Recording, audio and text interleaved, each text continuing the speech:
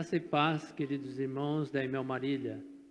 Sou grato a Deus pelo convite feito pelo pastor Augusto para compartilhar a palavra de Deus neste domingo, dia 23 de agosto. Primeiro eu queria agradecer a todos os que têm nos acompanhado ao longo de todos esses anos, têm nos sustentado em suas orações, nos apoiado com as suas ofertas. Nosso muito obrigado. Essa retaguarda, a gente não poderia estar fazendo tudo aquilo que temos feito. Deus tem sido muito fiel, nos sustentando em todas as nossas necessidades, como família e como igreja. Bom, vamos agora para o texto bíblico que meditaremos na manhã deste domingo. Eu sei que vocês têm lido o livro de Êxodo, um livro importante porque revela muito de quem Deus é, como Ele é o mesmo ontem, hoje e sempre.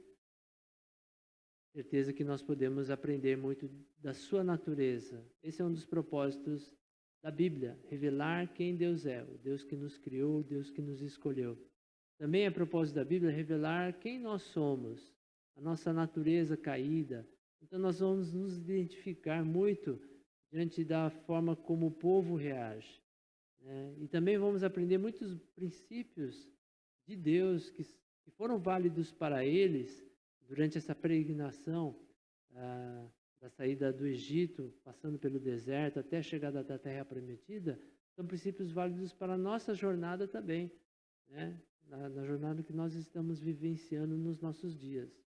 Na semana passada, vocês leram o capítulo 14, onde há o registro dessa grande vitória que Deus deu para o povo de Israel diante dos seus inimigos, diante de Faraó e seu grande exército poderoso que tinha a intenção de exterminá-los.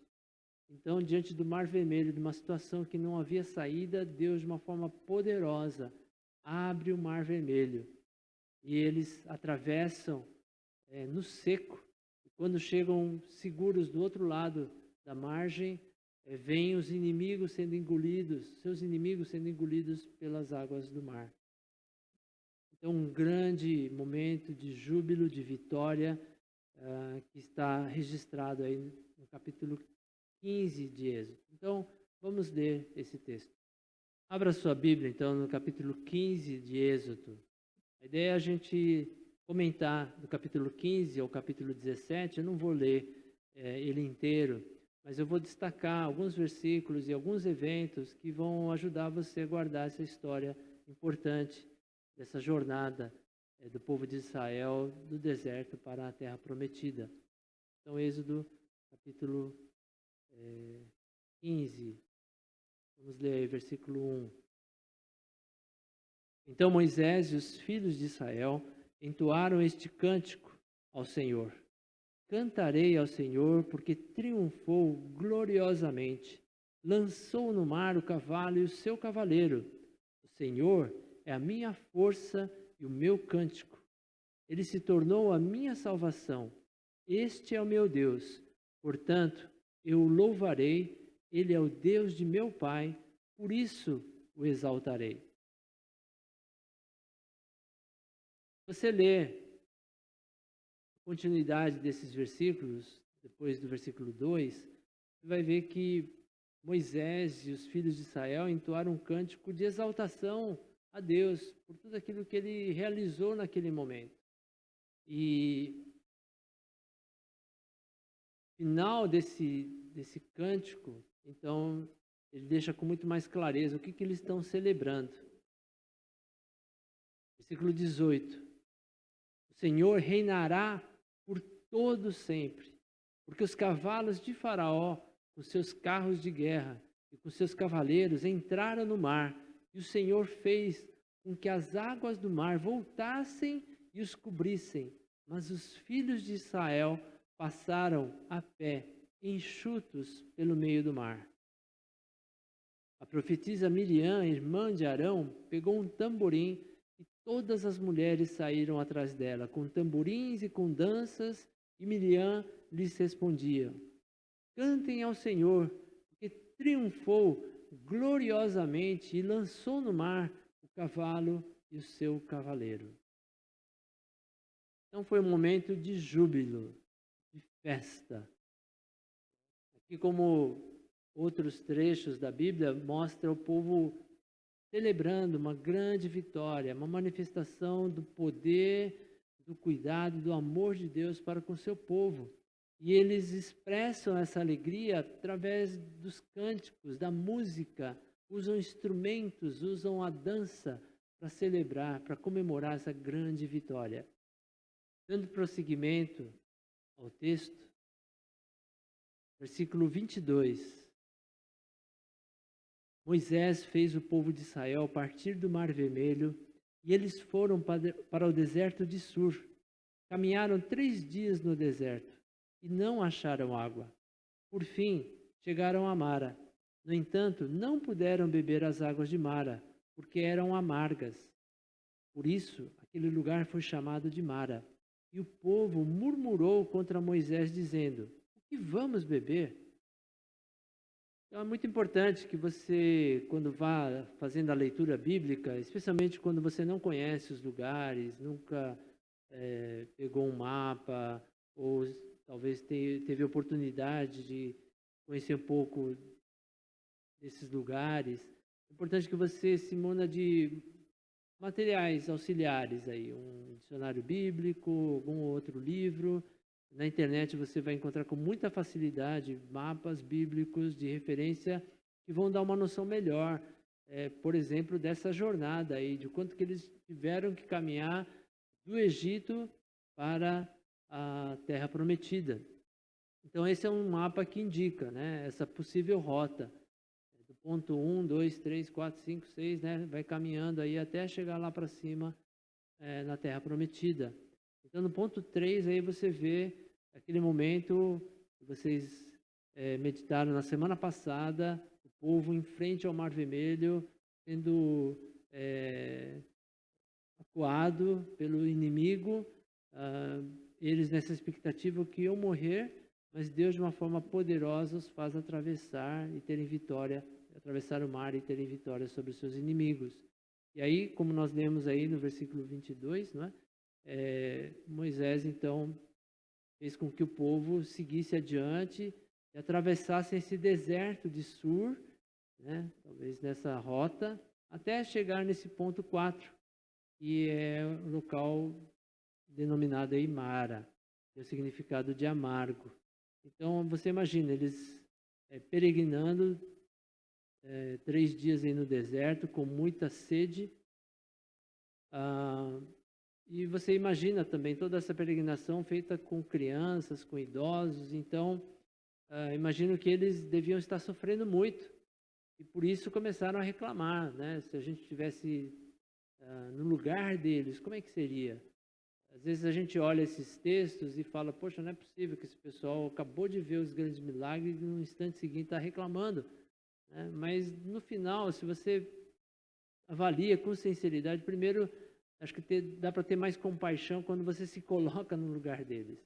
A gente está vivenciando aí um verão aqui no Japão, muito calor, em dias que está fazendo mais de 40 graus em algumas cidades, algumas regiões. E nesse calor a gente acaba reclamando, né? Mas sabendo que, se eu quiser, eu entro num shopping, tem ar-condicionado. Se eu precisar, eu ligo o ar-condicionado que eu tenho na minha casa e aí eu resolvo o meu problema. Mas eles estavam numa situação que andavam a pé, caminhavam a pé, fazendo essa peregrinação, não contavam com cada um com o seu cavalo, o seu carro. E eles estavam lá com crianças, com idosos, e você imagina as crianças passando sede, chorando. Então, nós como pais também, né, como amigos, vendo pessoas mais frágeis sofrendo, com certeza a gente também estaria correndo atrás de socorro, de alguma mudança aí. E aí, por isso que muita cobrança em cima de Moisés, né, porque começou a ter esse sofrimento por falta de água, o pessoal, né, sedento. E aí essas reclamações chegando a Moisés, e Moisés então clamando ao Senhor. Então, versículo 25. Então Moisés clamou ao Senhor, e o Senhor lhes mostrou um pedaço de madeira. Moisés jogou a madeira nas águas, e as águas se tornaram doces.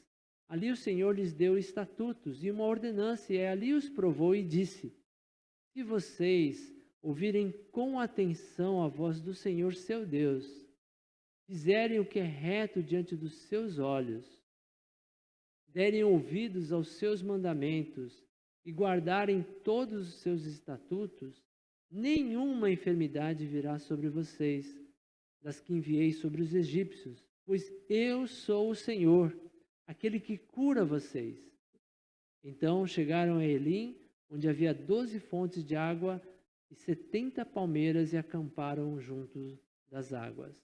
Então, aqui você vê princípios importantes também, sendo passados por Deus para o seu povo. Quando Moisés clamou ao Senhor, Deus deu a orientação, falou: olha, você vai resolver esse problema da água amarga jogando aí um pedaço de madeira e a água vai ficar boa para beber. Né? E ele seguiu as orientações de Deus e aconteceu um grande milagre. E Deus ainda deu uma palavra para o seu povo, falou: olha, se vocês prestarem atenção, ouvirem a voz do Senhor, se fizerem tudo aquilo que é reto, obedecerem, né, as suas orientações, então mal nenhum vai acontecer com vocês. Nenhuma enfermidade virá sobre vocês, das que enviei sobre os egípcios. Porque eu sou o Senhor, aquele que cura vocês. Então, imagina numa época que não tinha hospital, não tinha medicação, né, eles tinham que viver em total dependência a Deus, ainda mais dentro daquele contexto do deserto. Né? Então, precisavam confiar, aprender a confiar. E aí, cada experiência que eles tinham, eu penso que foi um grande aprendizado, um grande acréscimo de fé, de confiança que eles poderiam ter em Deus. E aí, como resultado dessa obediência a Deus, de eles continuarem seguindo as orientações e a direção de Deus, eles chegaram a Elim, onde havia 12 fontes de água e 70 palmeiras, um verdadeiro oásis, onde eles puderam com certeza descansar, ter sombra, água fresca, e puderam renovar as suas forças para prosseguir viagem.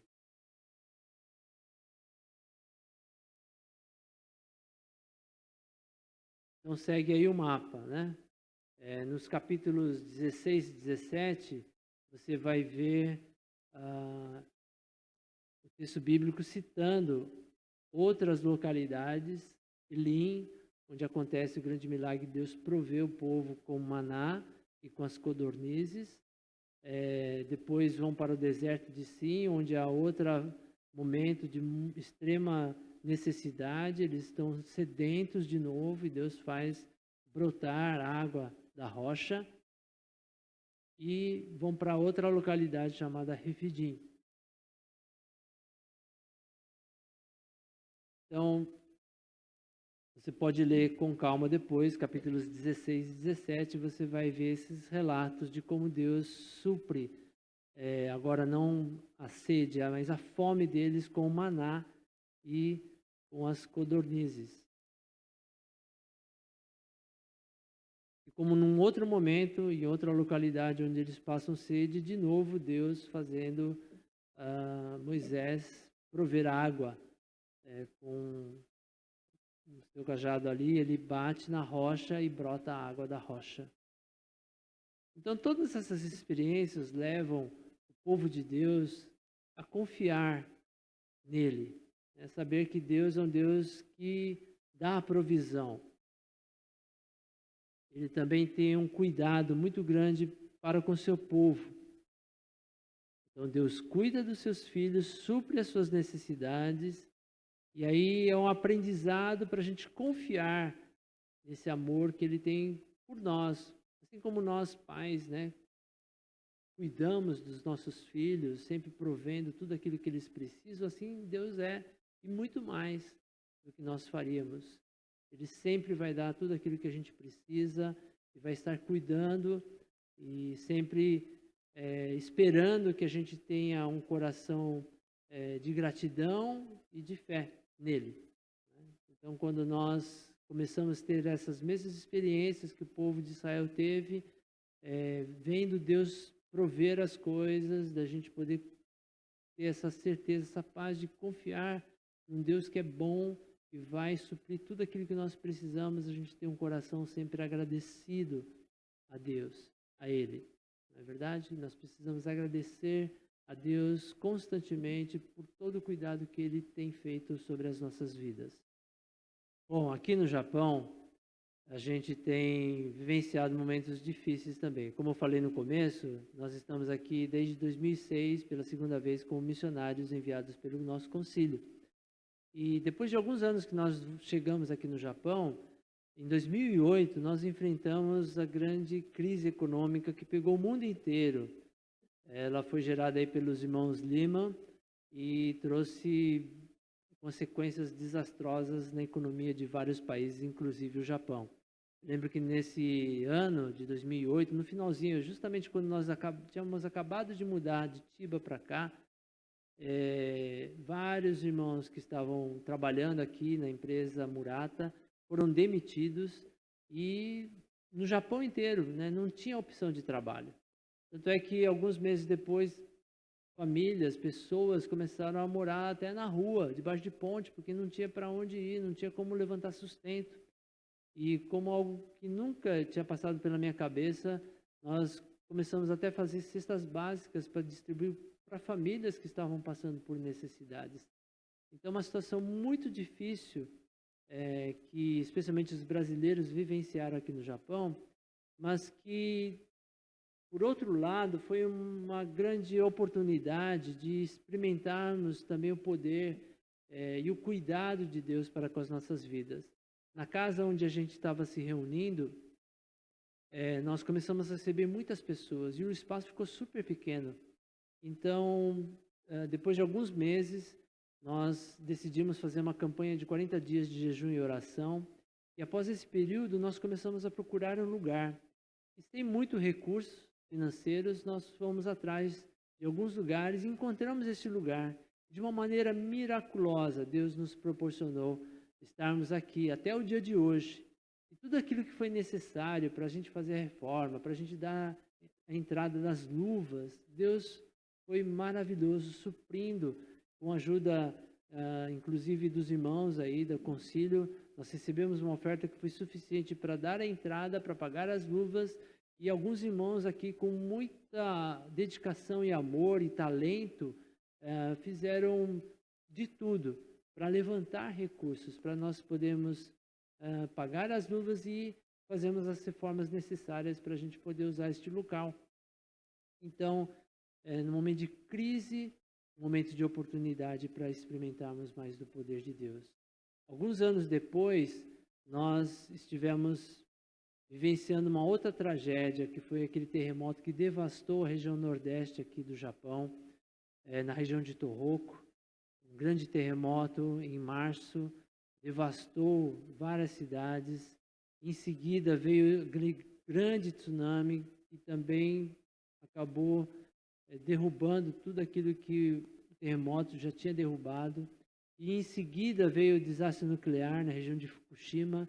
Então, 3 tragédias aí, né, que ceifaram muitas vidas, que deixaram muitos desaparecidos, e só Deus para consolar e para ajudar o povo japonês, especialmente daquela região, a superar aquele grande momento de tragédia. Nós tivemos o privilégio de ajudar a primeira igreja batista de Kesenuma, na província de Miyagi-Ken, e eu fui testemunha ocular daquilo que o tsunami fez, devastou a igreja, o prédio deles, ceifou algumas vidas de alguns membros daquela igreja.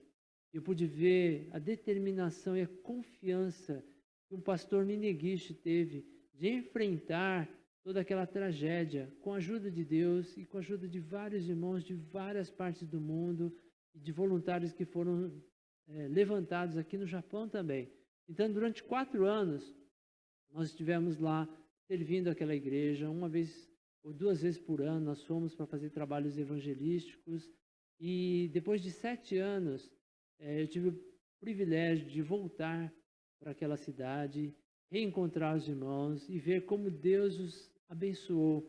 Eles tiveram a oportunidade de comprar um novo terreno, construir uma igreja linda, muito melhor do que aquela que eles tinham perdido pelo tsunami, mas melhor do que isso, eu pude ver uma igreja, pessoas que foram alcançadas ao longo desses anos todos aí e puderam então estar inaugurando, né, aquele novo templo.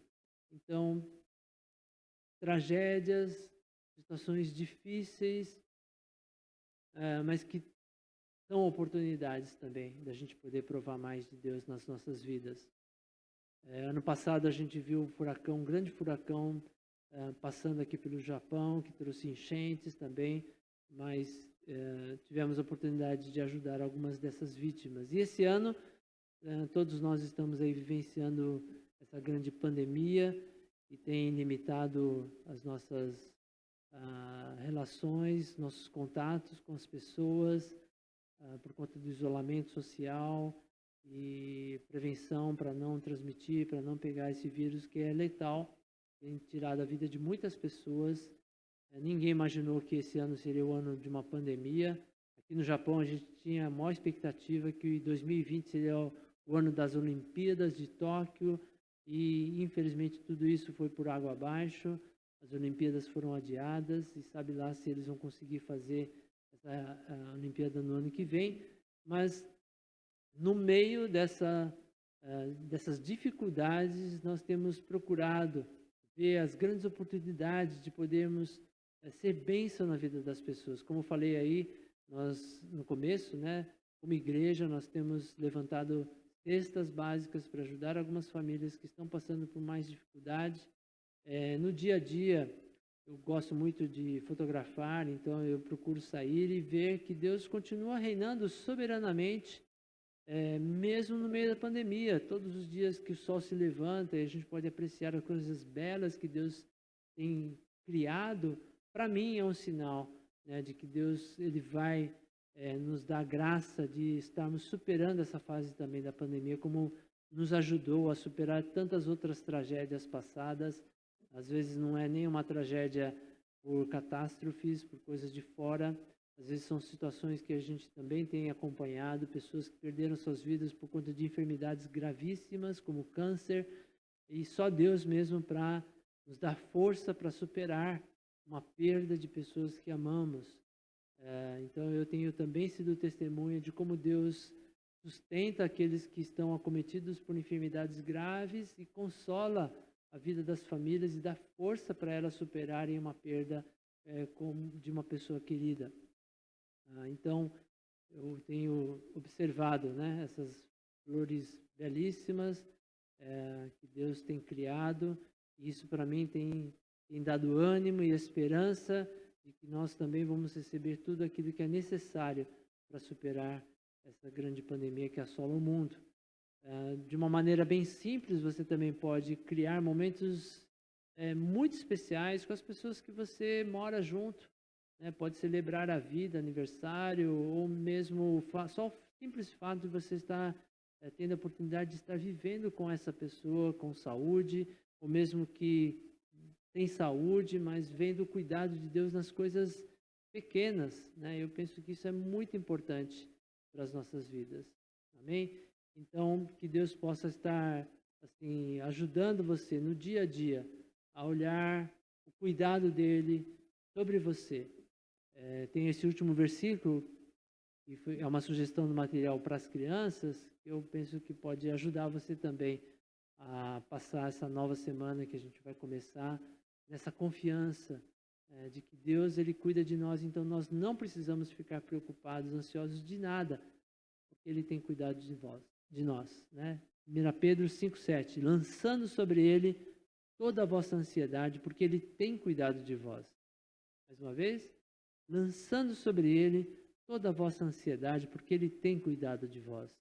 Essa menina linda que está nos meus braços é a Maitê, é filha de um casal muito amigo nosso, da nossa igreja, membros da nossa igreja. Ela acabou de completar 1 ano, mas boa parte dos meses de vida dela, nesses últimos meses, ela tem vivido só com seus pais. Passou por um tempo de isolamento. Algumas semanas atrás, que os casos estavam mais tranquilos aqui na cidade, eu tive a oportunidade de cuidar dela por algumas horas. E aí eu procurei oferecer para ela algo que ela pudesse se alegrar, né? Pudesse estar proporcionando alegria, satisfação para o paladar dela. Então, eu ofereci para ela uma melancia geladinha e ela, muito tranquilamente, assim, ficou comigo e estava curtindo, né? Depois de um tempo, vi ela nos meus braços, assim, de boa, né? E eu penso que Deus espera que a gente confie nele, assim como a Maitê está totalmente despreocupada com o amanhã dela, né? Assim também eu creio que nós deveríamos estar experimentando mais desse colo de Deus, de estarmos assim, nos vendo nos braços de Deus, porque Ele tem cuidado de nós. Se a gente, como ser humano, sempre procura dar o nosso melhor para as pessoas que nós amamos, quanto mais Deus, não é? Ele vai dar tudo aquilo que você precisa. Da mesma maneira como a Maitê não precisa ficar preocupada com o que ela vai comer amanhã, porque tem pai e mãe que vai cuidar bem dela, assim também nós podemos estar despreocupados com o nosso amanhã, porque Deus certamente cuidará de cada um de nós. Amém? E essa palavra, que é a história que nós lemos hoje, te dê cada vez mais confiança de que Deus reina soberanamente hoje e para todo sempre, e que nessa confiança do cuidado dele para com a sua vida, você tenha sempre um coração agradecido pelo amor, por tudo aquilo que ele supre e dá para você todos os dias. Amém? Vamos orar? Pai Celeste, muito obrigado pela tua palavra, porque ela nos sustenta nos momentos de dificuldades, ela nos dá esperança e renova as nossas forças e a nossa alegria, porque a nossa alegria está no Senhor, Deus que controla todas as coisas, que supre todas as nossas necessidades, que está sempre ao nosso lado, nunca jamais nos abandona. Esse amor do Senhor possa estar sendo manifestado na vida de cada um dos irmãos queridos da Igreja Metodista Livre de Marília, ou daqueles que estão assistindo também, ó Pai. E a graça de Jesus possa estar guardando cada um de todo mal, nos livra de enfermidades, de sermos infectados pelo Covid-19. Nos dá graça, ó Deus, que se porventura estivermos passando por dificuldades, a gente tenha essa certeza da tua companhia que é suficiente, da tua graça que é suficiente para nós. Que a comunhão com o teu Espírito nos fortaleça, fazendo manifestar todo o bom fruto da tua presença nas nossas vidas. Amor, alegria, paz, paciência, amabilidade, bondade, fidelidade, mansidão e domínio próprio. Que esses bons frutos possam estar sendo manifestados na nossa vida e através das nossas vidas, para a glória do teu santo nome. Essa é a minha oração no nome de Jesus. Amém. Que Deus abençoe vocês, que a gente possa ter outras oportunidades de sermos encorajados uns pelos outros. Amém? Aproveitando esta oportunidade, eu gostaria de compartilhar brevemente um pouco da nossa situação. Primeiro, da nossa família. Dia 10 de agosto, eu e Taeko, nós celebramos 24 anos de casados. Uau! Como o tempo passa rápido, não? Como missionários enviados pelo nosso concílio, nessa segunda vez, desde 2006, nós já estamos mais de 14 anos. Nossos filhos, Davi, que está com 22 agora, e Estevão, com 18, eles fizeram os estudos desde o ensino fundamental até o ensino médio. A Sátia, hoje, ela está com 17 e está no segundo ano do ensino médio. Neste ano, o Estevão entrou na Universidade de Chuo, lá em Tóquio, e se mudou para lá no final de março para fazer o curso de Direito a partir de abril deste ano. Pelo alto número de casos de infectados em Tóquio, as aulas estão sendo feitas virtualmente até agora. Ele tem recebido vários auxílios financeiros da própria universidade e tem conseguido bolsas de estudo. Em tudo, até nos acréscimos da minha renda e da Taeko que obtivemos neste ano, mesmo no meio da pandemia, nós vemos os grandes milagres da provisão de Deus. Em 2015, o Davi tinha decidido voltar ao Brasil para tentar a faculdade. Com a graça de Deus e apoio dos familiares e amigos, ele até teve a oportunidade de fazer 1 ano do curso de liderança e discipulado no seminário Palavra da Vida, lá em Atibaia.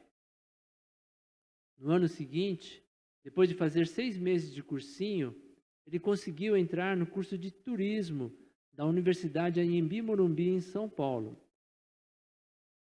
No final de junho, nós decidimos trazer o Davi de volta ao Japão neste ano, por conta de toda a situação que ele vinha passando e da possibilidade de ele terminar o curso de turismo aqui mesmo.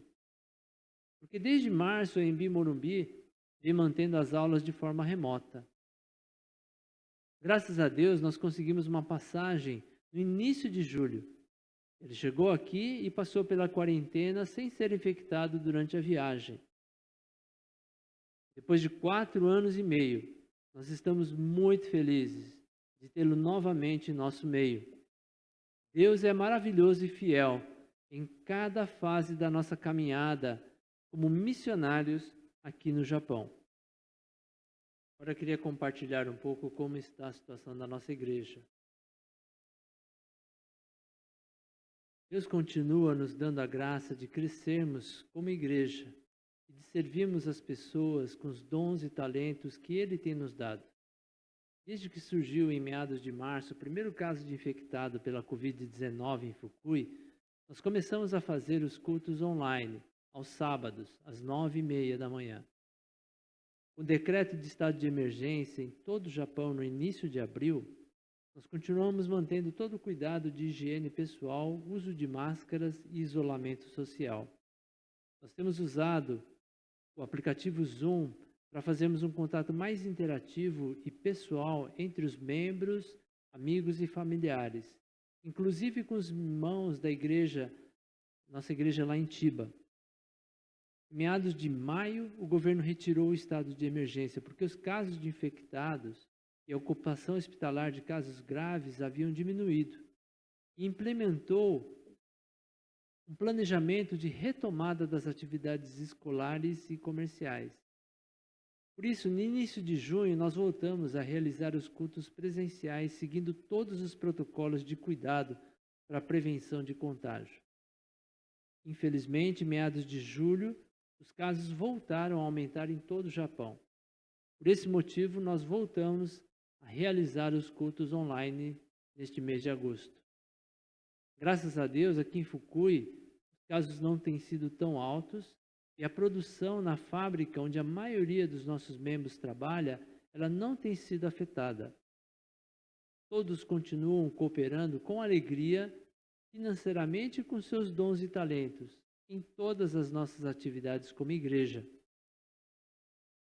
Deus continua nos dando oportunidades, mesmo em meio à pandemia, de testemunharmos o amor de Cristo para japoneses e brasileiros residentes aqui na nossa cidade. Como aconteceu novamente em janeiro deste ano, aqui no nosso bairro, para dar início na celebração de Ano Novo, que até conta com a ilustre presença do prefeito da nossa cidade. Nós continuamos investindo na vida das nossas crianças e adolescentes com o Ministério de King's Kids. Um pouco antes dos casos de pessoas infectadas aumentarem em meados de março, nós tivemos o privilégio de receber por algumas semanas um experiente casal de missionários de King's Kids, o Juarez e a Marilúcia, que servem ao nosso Senhor lá na África do Sul. É maravilhoso ver como Deus faz as conexões e nos abençoa com todos os recursos que nós necessitamos. Também temos estado sensíveis às necessidades de algumas famílias que têm passado por dificuldades econômicas e para isso nós temos mobilizado a igreja a fazer e distribuir cestas básicas. Esse trabalho até chegou a ser noticiado na TV, NHK. Mas que tudo isso que nós temos feito aqui no nome de Jesus possa sempre resultar em glórias e louvores ao nosso Senhor. Bom, agora eu queria falar um pouco sobre como está a situação da pandemia aqui no Japão. Coloquei aí alguns dados, né, só para vocês terem uma ideia.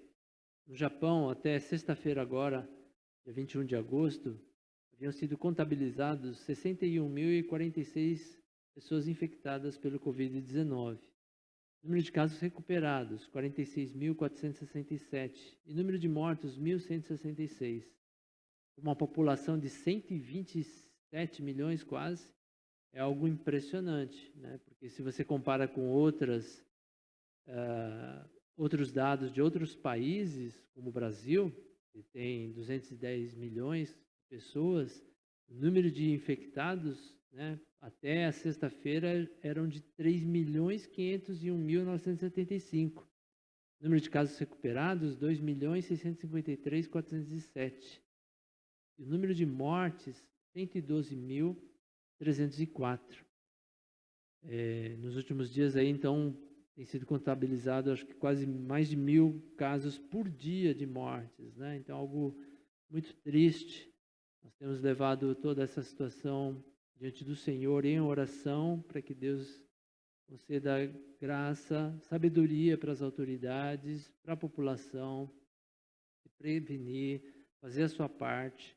Deus também leve o consolo para as famílias enlutadas, né? E temos orado também pela situação aqui do Japão, porque apesar de ter, em comparação aos outros países, ter um número tão reduzido aí de infectados, e alguns explicam isso porque o Japão tem uma cultura, né, assim, em termos de saúde, que favorece, até de cultura que favorece o distanciamento social, uso das máscaras, né? Então, é uma série de coisas que são inerentes à cultura aqui do Japão que tem contribuído para esse número tão baixo, mas economicamente a gente sabe que isso tem trazido consequências assim bem desastrosas, fortes para a economia aqui do Japão.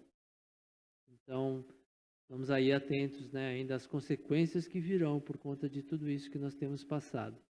Mas a nossa oração é que a gente tenha a graça de sempre, apesar de tudo isso que a gente tem visto, um coração agradecido a Deus por aquilo que Ele tem nos concedido dia a dia e que a gente possa estar atento assim às oportunidades que Ele nos dá de estarmos mais perto dEle, de estarmos mais dependentes dEle para sermos bênção na vida das pessoas.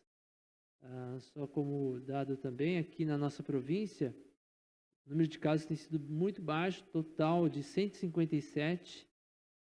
Nessa segunda onda aí, são 35 casos, né, a partir de meados de julho, que têm sido registrados. A maior parte deles tem acontecido com as pessoas residentes na capital, aqui da nossa província, que também é o mesmo nome, Fukui. E aqui em Echizen, o número de infectados tem sido muito baixo, né? São 19 pessoas somente. O governo, não só aqui da província de Fukui, mas em todo o Japão, ele tem sido bem rigoroso e transparente. Todos os dados são passados para a população estar acompanhando, sabendo mais ou menos, né, onde está acontecendo os clusters, que é o lugar onde mais se propaga a doença, para as pessoas se prevenirem. Estão sendo feitos testes também. Então, isso tudo contribui para esse número reduzido de infectados. Mas que a gente possa, assim, estar sempre buscando a palavra do Senhor para termos sabedoria de lidarmos com tudo isso que nós temos vivenciado nesses últimos meses. Deus abençoe. Até a próxima.